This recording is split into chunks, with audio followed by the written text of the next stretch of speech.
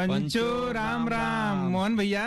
हाँ अरे हाई देखा थे कि मार तो हर कुर्ता भीजल है, हाई गमछो भेले ले हुआ, कैसे हो? अरे का तुम बताएं मेवा भैया आवत रही है ना, इतना दऊ आज खुश हो गए हुआ ना किसानन पर हाँ। कि एकदम दिल खोल के देत हुआ जो ना। बिल्कुल कुल लंगे देखा जो ना कि पानी पानी हो गया, हमारे लंगे कुछ ना रहा, छातो घर में भुला के लिए है आज। आ देखा ही गमछा रहे एक ओढ़ के लिए ये गमछो देखा भी भाई। हाँ दोपहरिया में तो ऐसा ना लगत रहा कि बारिश हुई, लेकिन देखा बारिश तो खूब भइल। हाँ। आ होतो है, लेकिन मेवा भैया मोहन भैया। हाँ। देखा भाई अपन खेती किसानी बदे तो कहल जाला ना हाँ। कि भाई पानी का जरूरत है, और जो अपन आवे वाली फसल है ना एकरी बदे तो भाई ये अपन बरसात सोना है हो।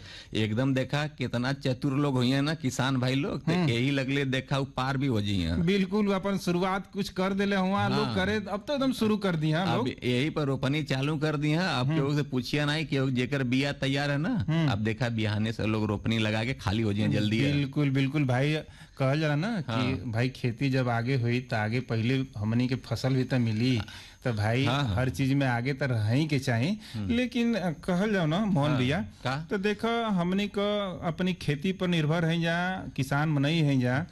आज भाई खेती से अपन शरीरों के भी बड़ा जुड़ाव है। जुड़ाव से कहे का मतलब ये है कि भाई अगर बढ़िया से खेती हुई, बढ़िया से अनाज आई तो मन हरियर रही और खान पान भी हमनी का सही रही।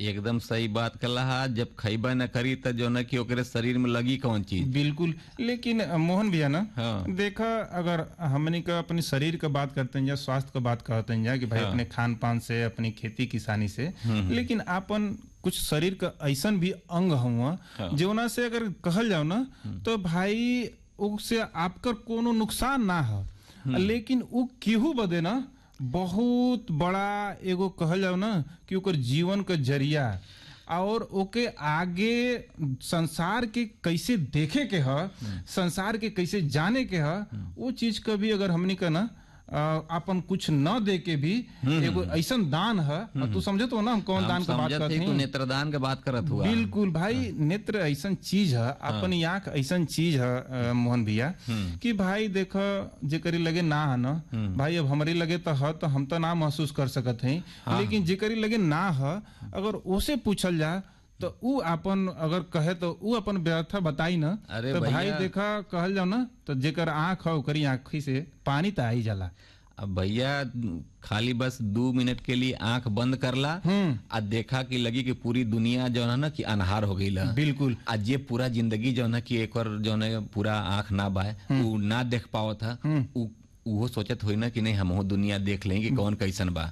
तो देखा बहुत लोग हुआ ना जे अपन दान करल चाहत हुआ, तो उ लोग जो ना कि अपन आंख का दान करे ना लोग। बिल्कुल। और हम तो कहब ना कि जे लोग हुआ, कुछ लोग जे मतलब कहत जैसे तू कहला है कि जे लोग भी हुआ, लेकिन हम तो कहब कि सबके होके के चाहिए। और भाई देखा एमे ना बढ़ चढ़ के भाग लेवे के चाहिए, और एमे कुछ ना है। हम कहते हैं कि अगर हमारी मरला की बात, जब हमारी शरीर भाई मिट्टी में जब मिलते है तो जीवन हमार कोनो अंग है उसे कोई की जीवन मिल जाता है, ओके ओकर दुनिया मिल जाता है, तो भाई ओके हम काहे ना वैसन दान दें, वैसन काम करी। तो भाई देखा कुछ है ना मोहन भैया, हम तो कहब ना कि नेत्रदान तो सभी के करे के चाहिए। देखा कहा ना मेवा भैया कि कुछ लोग के दिमाग में ही देखा भ्रांति रहेले कि नेत्रदान में पूरा आंख निकाल लेवल जाले, लेकिन देखा ऐसा बात ना है। जे भाई लोग किसान भाई लोग ये सब सोचत हुए वो देखा गलत सोचा ना। नेत्रदान जो आदमी करे ना उनके आंख का खाली देखा कार्निया निकालल जाले। बिल्कुल ये तो बात बहुत सही कहला भैया। इनमें कोनो घबराए के बात ना हुआ कि मतलब आंख निकाले वाली बात जैसा ना हुआ।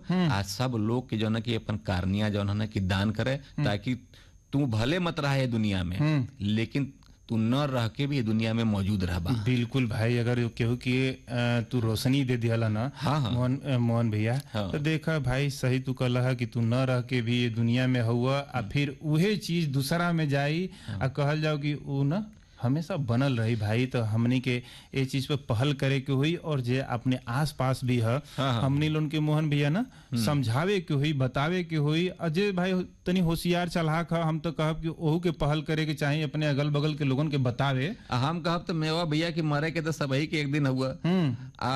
कुछ शरीर के जो अंग बा जो ना ओकरे वजह से जो ना कि कुछ लोगन के फिर से जो ना कि जीवन दान मिल जाए, फिर से उनका जिंदगी हंसी खुशी हो जाए, उनके जिंदगी में उजाला आ जाए, तो इससे बढ़िया जो ना कि काम और का हो सकला। बिल्कुल। तो देखा मोहन भैया और भी बातचीत कल जी, लेकिन है कुछ सने सना अपने भैया उनके सुनवावल जा। सुनवा दा। कब तक लंबी लाइनों में और बिताइएगा? डिजिटल पेमेंट अपनाइए, चुटकी में हल पाइए। पुराने तरीके कब तक अपनाइएगा? डिजिटल पेमेंट बहुत आसान है, देखिए चुटकी में पेमेंट चुका। बटुआ ढूंढ रहे हैं? डिजिटल पेमेंट अपनाइए, कभी भी कहीं भी और सुरक्षित। हमने तो इन्हें डिजिटल पेमेंट करना सिखा दिया है, आपने? आरबीआई कहता है कि डिजिटल पेमेंट अपनाओ, औरों को भी सिखाओ। उपभोक्ताओं तक पहुंचने का सुलभ और सस्ता माध्यम है आकाशवाणी। आकाशवाणी के विभिन्न केंद्रों से कीजिए अपने उत्पादों और सेवाओं का प्रचार विज्ञापनों के माध्यम से। लोकल और राष्ट्रीय स्तर पर कीजिए अपने बिजनेस का विस्तार, क्योंकि आकाशवाणी में विज्ञापन बुकिंग हुई बहुत ही आसान। अब घर, दफ्तर या दुकान पर बैठे बैठे आप कर सकते हैं विज्ञापनों की बुकिंग। डायल कीजिए 054-222-7658। नंबर एक बार फिर नोट करें, 054-222-7658। मेवा भैया। हाँ भैया। देखा अमन जो न कि सने से पहले बात करते जन नेत्रदान का, उस शरीर के एक अंग हुआ। देखा एक ठे और जो न कि अंग होला। बिल्कुल, हम समझ गए नहीं कि तू कौना अंग के बात करता कि भाई जोना से हमनी का खाना खानी जा, हमनी के खाना के उस पचावेला। भाई हम तो कहब ना कि तू बड़ा बढ़िया बात खोलला हो। देखा एक बात और कहब ना कि खैले के संगे संगे जैसे कि दांत है ना, तो देखा नीक दांत, सफेद दांत, चमकत दांत जो है ना कि सब को देखल चाहेला। बिल्कुल। और कहल जाला ना कि भाई दांत का हमरो एक हाली भइल है भैया, अपन हम बात बताओ थी तो के कि एक हाली हमरो दांत दर्द करे, अब बड़ी एकदम मतलब ऐसा लगे ना हो कि अरे बाप रे बाप, ऐसे तो जान निकल जी। वो तो छोड़ा, अब 4-5 दिन पहले मंगरू भैया भी बेटा आइलन है, तो भाई देखनी तो वो अपन दांते से परेशान हुआ। हम कहने की का करत हो एकर कोनो उपाय? कहता ना कि अरे भाई सुबेरे सुबेरे नीम को पतई तोड़ के चबानी, और भी कई गो आयुर्वेदिक उपाय करत हैं, लेकिन भाई अब डॉक्टर के देखा। हम तो कहनी कि डॉक्टर के देखावा देखा अगर कहल जाओ ना तो भाई अभी उम्र है, अभी खाए पिए में भाई दिक्कत ना हो, तो भाई अपन डॉक्टर से सलाह भी लिया जा। तो देखा आज अपने दांत से ही ना संबंधित डॉक्टर मोनिका बंसल और दिनेश कुमार सिंह का बातचीत था कि RCT से अपने दांत का कैसे इलाज हो। देखा ये विषय पर बतकैया सुनवावल जाए। एकदम सुनवा दा सबके। डॉक्टर मोनिका बंसल, आप प्रोफेसर हुए चिकित्सा विज्ञान संस्थान काशी हिंदू विश्वविद्यालय में। आज हम आपसे RCT के बारे में जानना चाहे। RCT का हो, कौन तरह से ऐसे ये विधि से दांत का इलाज किया जाता है, और इनमें का सावधानी बरते के चाहिए। सभी लोगों को मेरा नमस्कार। RCT रूट कैनाल ट्रीटमेंट कहते हैं। ये एक प्रकार का दांत का इलाज है। जो दांत है उसके 2 भाग होते हैं, एक क्राउन होता है और एक दांत की जड़ होती है। तो जो दांत का जो क्राउन वाला पोर्शन है वो मसूड़े से बाहर निकला रहता है, और जो दांत की जड़ है वो मसूड़े के अंदर और हड्डी के अंदर रहती है, जो हमको दिखाई नहीं देती है। तो बाहर से जो दांत है वो तो एक हार्ड स्ट्रक्चर का बना होता है, लेकिन जो बीच में जो दांत का जो बीच का स्ट्रक्चर होता है वहां पे नस रहती है, वहां पे ब्लड वेसल्स और नस रहती हैं। तो वो जो सॉफ्ट पार्ट होता है, जब दांत का जो वो सॉफ्ट पार्ट है, नस है, उसका जब संक्रमण हो जाता है तब हमें वहां पे RCT की जरूरत पड़ती है उस दांत को बचाने के लिए। अच्छा। तो दांत को लेकिन हम तभी RCT करते हैं अधिकतर जब दांत का जो बाहर का जो मसूड़े का और जो हड्डी है उससे वो अच्छे से जुड़ा रहे। यदि दांत हिला रहता है तो जब हम उसका RCT नहीं करते हैं, क्योंकि RCT तब करते हैं जब दांत को हम बचा सके और उसका हम उपयोग कर सके खाने में और चबाने में। ठीक है। अच्छा, दांत अगर हिले लगत बाटे तो फिर ओका उखाड़ देते हुई फिर यदि दांत हिलने लगा है और बहुत ज्यादा हिल रहा है तब उसको उखाड़ना ही पड़ता है। ठीक है। तो जब दांत का जो वो बीच का पार्ट है उसका संक्रमण हो जाता है, उस संक्रमण के कुछ कारण है, जैसे दांत में कीड़ा लग जाना। जब शुरू में दांत में कीड़ा लगता है तो वो ऊपर जो ग्रूव्स होती हैं उनमें रहता है, जो हमें काला काला से रंग का दिखाई देता है, या दांत में कोई छोटा सा गड्ढा हो गया, कैविटी हो गई, तो हम कहते हैं दांत में कीड़ा लग गया है, दांत में सड़न हो गई। लेकिन यदि हम उस समय उसको डॉक्टर को नहीं दिखाते हैं और उसको ऐसे ही छोड़ देते हैं तो वो धीरे धीरे जो कीड़ा है वो दांत का जो बीच का भाग है वहां तक पहुंच जाता है, नस तक पहुंच जाता है, जिससे मरीज को दर्द भी हो सकता है, दांतों में ठंडा गर्म पानी, सेंसिटिविटी, ये सब हो सकता है। तो जब दांत का संक्रमण वहां तक पहुंच जाता है, जब हमको उस दांत में आरसीटी की जरूरत पड़ती है। तो इसमें हम क्या करते हैं कि ऊपर से एक दांत में ऊपर से एक गड्ढा बनाते हैं भर से, फिर उसके बाद उसको जब हम उसके नस तक पहुंच जाते हैं फिर उसकी जड़ तक उस नस को पूरा अच्छे से हम साफ करते हैं। अच्छा। एक अलग तरह की सुइयां आती हैं, उसको हम अंदर डाल के उसको पूरा अंदर से जो जितना भी नस वाला पोर्शन है उसको साफ करते हैं और उसको हल्का सा बड़ा कर लेते हैं। अच्छा। जिससे कि जो उसका संक्रमण नस के अंदर है और दांत के जो चारों तरफ अंदर से थोड़ा थोड़ा चला गया है, संक्रमण मतलब जैसे माइक्रोब जो है उसमें, तो जो कीटाणु हैं, यदि वो चले जाते हैं तो उसको हम वहां से साफ करके और हल्का सा बड़ा कर लेते हैं, जिससे कि दांत का संक्रमण पूरा अच्छे से खत्म हो जाता है। फिर उसको हम बाद में एक निर्जीव पदार्थ आता है, उसको उससे भर देते हैं दांत को पूरा जड़ तक, और भरने के बाद ऊपर से हम उसमें फिलिंग करके और उस पे कैप लगा सकते हैं। अच्छा। तो जिससे ऐसा करने से क्या होता है, जो दांत की सेंसेशन है, जो नस है, वो हम उसको निकाल देते हैं और दांत की जो सेंसेशन है वो खत्म हो जाती है। अच्छा। तो हमको जो ठंडा पानी लग रहा है या गर्म लग रहा है या दर्द हो गया है तो वो धीरे धीरे खत्म हो जाता है। लेकिन दांत अपनी जगह पर बना रहता है और उसमें जो हम उसका जो उपयोग करते हैं चबाने में, खाने में, वो हम कर सकते हैं, वो हमारा काम चलता रहता है। तो इससे हम दांत को बचा सकते हैं। अच्छा जी। तो ये तो लक्षण जैसे कि ठंडा लगा, गरम लगा, या सेंसिटिविटी हुई, दर्द हुआ, या कई बार क्या होता है दांत में चोट लग जाती है, जैसे कोई बच्चा गिर गया या कोई बड़ा गिर गया तो टूट के दांत मान लिया आधा टूट गया उसका, तो ऐसी कंडीशन में भी कई बार क्या होता है, क्योंकि वो आधा टूट गया तो वो नस के पास से यदि वो टूट जाता है तो ऐसे में मरीज को जैसे सेंसिटिविटी होने लगती है या दर्द होने लगता है, तो उस समय भी हमको उसका आरसीटी करने की जरूरत पड़ती है। अच्छा जी। तो मतलब ऊपर से ढक्कन की तरह रहा था लगा देते हैं और अंदर से जो ढक गया था सारा चीज, और उसके बाद फिर जो खाना पीना खा सकते हैं, कोई तकलीफ ना हो। उसके अंदर पदार्थ को भर के और उसके ऊपर हम एक कैप लगा देते हैं, जिससे कैप लगाने से क्या होता है कि जो दांत को सपोर्ट प्रोवाइड होती है और दांत की शक्ति बढ़ जाती है, तो वो खाना चबाने में हमको आसानी होती है उससे। जी। तो कुछ जांच उस करत हुई है ना? जांच जैसे जब दांत में कीड़ा लग जाता है या संक्रमण हो जाता है तो उसको हम एक्सरे करा के भी देख सकते हैं। जब दांत में कीड़ा मतलब जब गड्ढा हो जाता है तो एक्सरे करा के देखने से ये पता चल जाता है कि जो गड्ढा है वो नस के पास पहुंच गया है या नहीं पहुंच गया है। जी। उससे भी पता करते हैं। और एक तरह का टेस्ट भी होता है कि जैसे हम कोई एक चीज गरम करके और दांत पे लगाते हैं, यदि वो गरम चीज दांत पे लगाने से मरीज को दर्द हो रहा है तो इसका मतलब है कि उस दांत में जो उसका नस है उसमें वहां तक संक्रमण हो गया है। अच्छा। और यदि हमने वो गर्म चीज लगाई, ठीक है, और उसको थोड़ा सा दर्द हुआ और वो तुरंत खत्म हो गया, तो इसका मतलब है जैसे नॉर्मल सब दांतों में लगता है, यदि वो वैसा ही रिस्पॉन्स आ रहा है तो इसका मतलब है कि उस दांत में उसको संक्रमण नहीं हुआ है नस में। अच्छा। लेकिन यदि गर्म लगाने पर उसको दर्द हो रहा है और वो कुछ देर तक रह गया दर्द, लगातार दर्द बने हुए है 10-15 मिनट तक, तो इसका मतलब है कि उसका जो दांत का नस है वहां तक उसमें संक्रमण पहुंच चुका है और उस वजह से उसको दांत में दर्द हो रहा है। तो ये भी एक तरीका है जांच करने का। एक्सरे भी एक तरीका है जांच करने का, उससे भी हम देख सकते हैं। जी जी। और कई बार तो क्या होता है कि जैसे कई बार मरीज को बहुत तेज दर्द है किसी जगह पे और हम ये नहीं, कीड़ा भी ऐसे नहीं दिख रहा है और हम ये नहीं पता कर पा रहे हैं कि दांत में दर्द का क्या कारण है, ठीक है, तो हम उस दांत को चेक करने के लिए भी जैसे क्या करते हैं, उस जगह पे सुन्न करने की दवाई दे देते हैं। तो यदि वो सुन्न करने की दवाई से वो दांत का दर्द खत्म हो गया तो कई बार हम उससे भी पता करते हैं कि ये इस वजह से, इस दांत के दर्द की वजह से उसको दर्द हो रहा था, तो उससे भी हम अंदाजा लगा लेते हैं। जी जी। तो एक तो दांत में कीड़ा लग गया, उसकी वजह से हमें RCT करना पड़ता है। एक कई क्या होता है, कई लोग पान तंबाकू बहुत ज्यादा खाते हैं तो उनके दांत ऊपर से घिस जाते हैं बहुत ज्यादा। जी जी।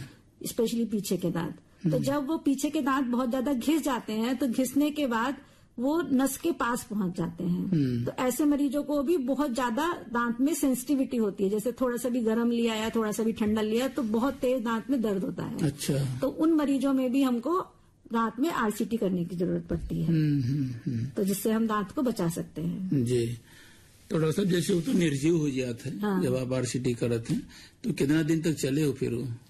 यदि RCT हम उसको अच्छे से कर दे, पूरा जड़ तक अच्छे से भर के और संक्रमण अच्छे से निकाल दें तो 10-15 साल चल सकता है दांत। अब ये ऐसा नहीं है कि 10-15 साल बोल दिया तो हर केस में 10 या 15, 10-15 का आगे भी हो सकता है, पीछे भी हो सकता है। ये तो जो मरीज का काम किया है वो मरीज अपने मुंह को कैसे साफ रख रहा है, कैसे उस पे भी बहुत ज्यादा डिपेंड करता है। अच्छा, मान लें 10-15 साल 10 साल चल गए तो उसके बाद फिर हमें RCT हो सकता था या कि फिर उसका उखाड़े पड़े?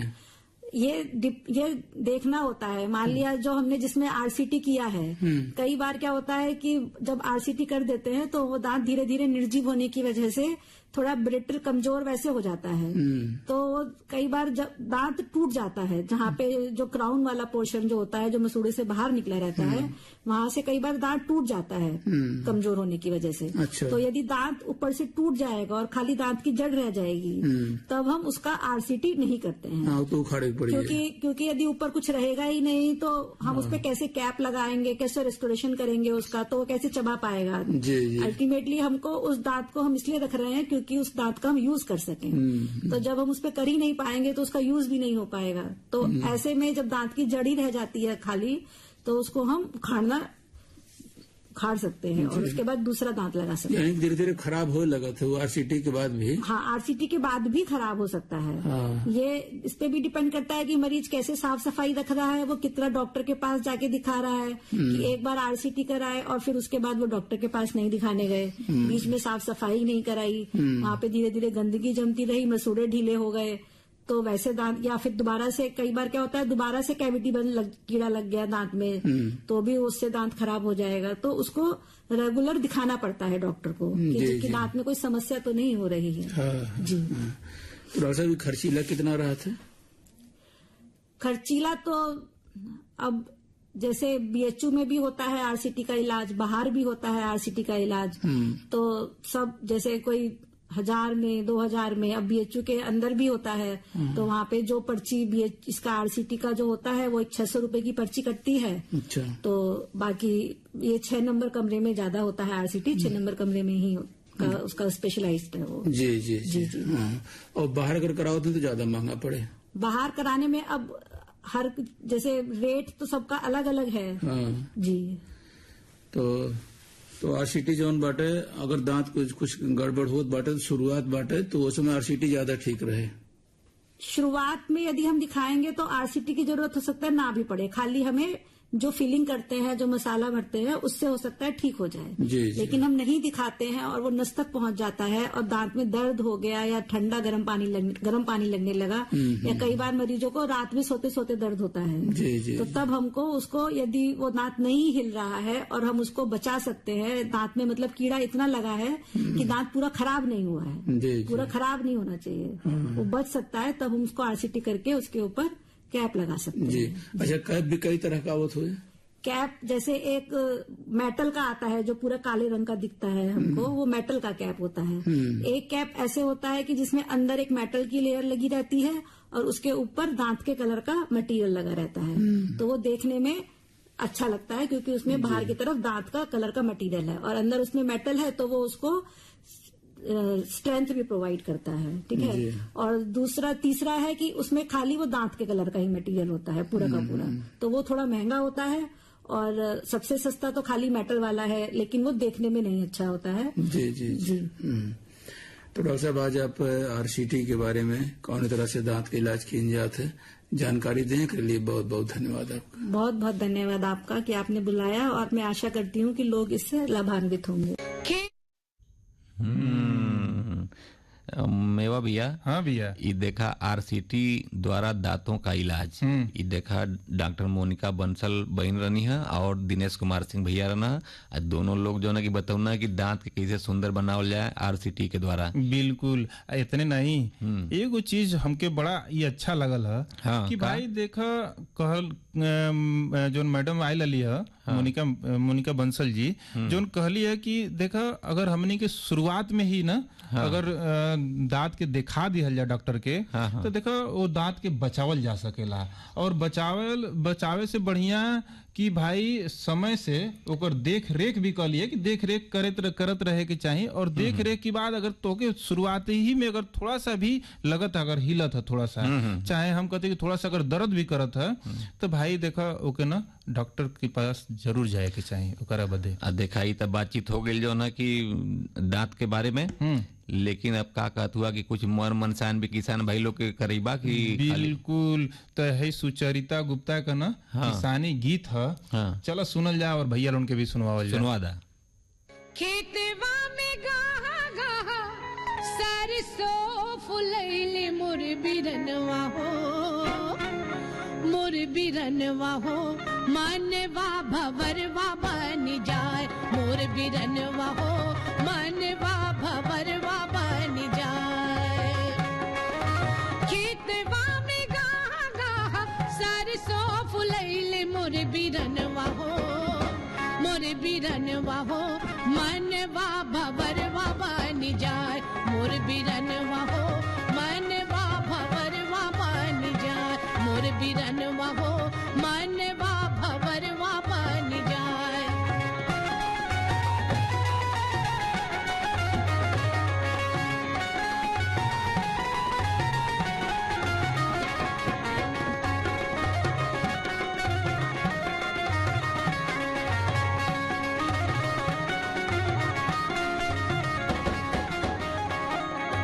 आसरे भवरवा के फूल फूल घूमे, आसरे भवरवा के फूल फूल घूमे, आसरे भवरवा के फूल फूल घूमे, मोर बिरनवा हो, मोर बिरनवा हो, तावनों पे नहीं है अगाए, मोर बिरनवा हो, तावनों पे नहीं है अगाए, मोर बिरनवा हो, तावनों पे नहीं है अगाए।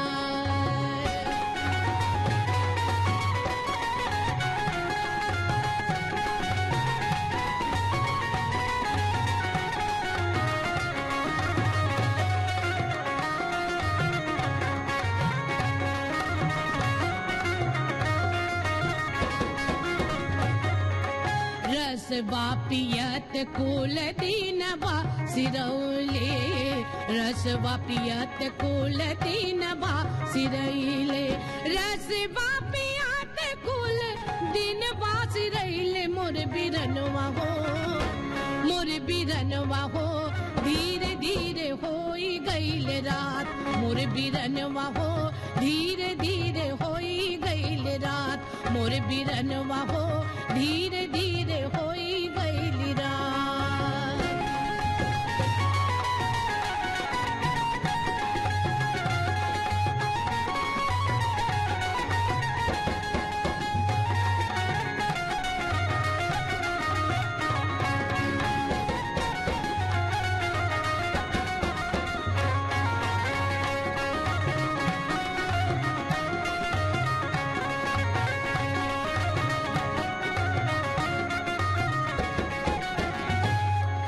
नींदिया न आवेले भवरवा की आँखिया, नींदिया न आवेले भवरवा की आँखिया, नींदिया न आवेले भवरवा की आँखिया, मोर बिरनवा हो, मोर बिरनवा हो, जो है कब होई पर बात, मोर बिरनवा हो, जो है को होई वे प्रभात, मोर बिरनवा हो, जो है कब होई प्रभात।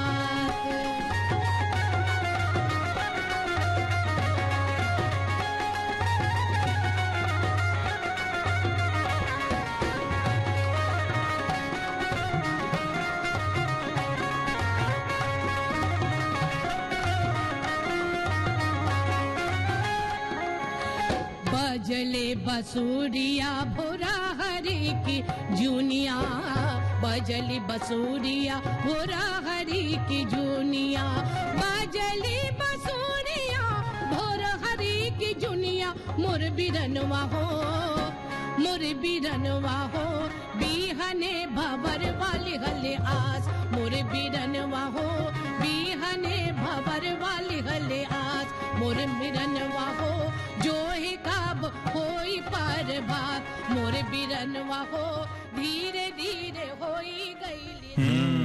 मेवा भैया, हाँ भैया, ये देखा सुचरिता गुप्ता का ये देखा किसानी गीत रहे आ कितना बढ़िया जौन है कि सुनौनी है आ वर्णन करने की पूरा गांव घर दिखा लगल है। बिल्कुल भाई। तो मोहन भैया, हाँ, अब काल के कार्यक्रम के बारे में अपनी भैया लोगन के बता दिया जाओ। तो काल बिहाने जौन सवेरे अपन कार्यक्रम होला खेती की बातें ना, हाँ, जौन की भाई 6:05 पे होला। हाँ, तो भाई लोबिया का खेती कैसे कइल जाओ ए विषय पे जानकारी दिए हैं दिनेश कुमार सिंह। और संध्या के अपने कार्यक्रम में का सुनवावत हुआ? संध्या के देखा ये जो कार्यक्रम है ना अपन कृषि जगत इनमें 6:30 पर देखा कि हुई आय में देखा बातचीत सुनवाओल जाए किसान अपन आय कैसे बढ़ावे। बिल्कुल। देखा इनमें जो है कि गोपाल कृष्ण राय भैया से अपने दिनेश कुमार सिंह भैया बतेवले हुए आ देखा ही बहुत नगद बतकई हुआ। बिल्कुल भाई, तो एक तो सुने लग बतकई है। हाँ। सुने के तो हर बतकई हमनी का सुने नहीं जा, लेकिन काल तो भाई हमें के जरूर सुनो कि भाई अपन आए कैसे बढ़ावल जा। तो ये मोहन भैया, हाँ, देखा हम तो कहम ना कि भाई अब तो अपन जोन अपने आसपास और अपन जोन गदेला लोग हुआ, तो भाई देखा अब ना शिक्षा के प्रति कहल जाओ तो सरकार का बड़ा जागरूकता शुरू से ही रहल है। हाँ। और अभी भी है। तो भाई देखा हम तो अपनी गदेला लोन के नाम तो लिखवैले ही हैं। जात भी बा लोग, स्कूल खुल गईल बा। अब बहुत लोग बाना जिनके स्कूल नहीं खुलल तो वो एक आध दिन में शायद खुली जा। हाँ। तो भाई हम तो कहब कि देखो शिक्षा अपने समाज खातिर ना मोहन भैया देखो बहुत जरूरी है। आ देखा शिक्षा समाज खातिर, देश खातिर आ देश के उत्थान खातिर इस सब के लिए बहुत जरूरी है। आ देखा पढ़ल लिखल जन मनई बाड़ा, पढ़ल लिखल लड़का बाड़ा, अगर पढ़ लिखे देश का नाम रोशन करत हुआ, घर परिवार का जो ना आर्थिक स्थिति सुधारत हुआ। आ देखा जेकर बाऊ माई हुआ ना कि खेती किसानी करत बाड़ा, लेकिन उहो लोग जो ना कि जो ना कि अपने माटी में खट के आ अपने लड़के लेकन के पढ़ावत हुआ आ देखा बहुत बड़का अधिकारी बनत हो लोग। बिल्कुल भाई, देखो हमेशा सुने में आवेला, चाहे पेपर के माध्यम से चाहे न्यूज के माध्यम से, कि बहुत कहल जाओ तो भाई समाज में गरीब लोग हुआ, गरीब तबके से भी लड़का उठ के बहुत उच्च अधिकारी बन जाना और लोग बनत भी हुआ हो। और हम कहते हैं ना कि पढ़ाई ऐसा चीज है ना कि हमने के नीचे से बहुत ऊपर तक लेके चल जाले हो। तो भाई उहे एगो अपने लगे साधन है जीवन की हमेशा अपने पास रही। और उमें इतना ताकत है शिक्षा में ना कि भाई देखा कहल जाओ ना कि ओकरी आगे सब कुछ कहल जाओ तो फेल है। लेकिन अगर शिक्षा जे शिक्षा ना प्राप्त करत है, देखा देखो में आवेला चाहे अपनो किसानी में भी लोग हुआ।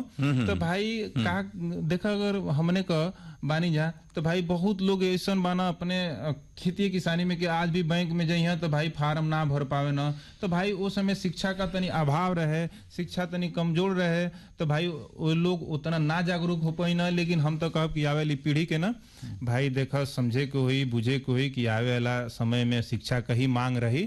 तो देखा अब बात कही तो हो गई, आज संगे संगे अब चले का बेला भी हो गई। तो अपनी पंच भैया लोन से आज्ञा लिहल जाए। छाता भी लेला अपन उठाला। बिल्कुल, हम तो छाता ले ले, लेकिन तू अगली बार से ध्यान रखिया कि छाता लेके आई है। हाँ, तो लेके आई तो पंचन लोग से हम इजाजत ले जा। तो पंचो राम राम।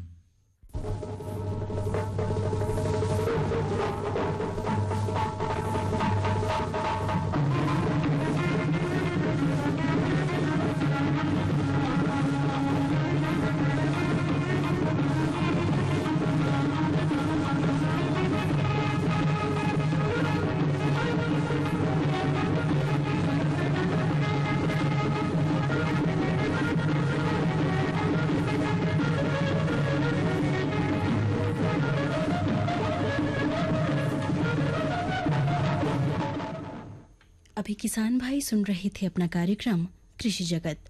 प्रसारण आकाशवाणी वाराणसी FM से हो रहा था। शाम के 7 बज रहे हैं। फिल्म संगीत लेकर हाजिर होंगे हम बस इस छोटे से अंतराल के बाद। आकाशवाणी वाराणसी एफएम से प्रत्येक सोमवार से शुक्रवार तक दिन में 12 बजे सुनिए NCERT द्वारा प्रायोजित कार्यक्रम 0.6 और न्यूज ऑन AIR ऐप पर विविध भारती वाराणसी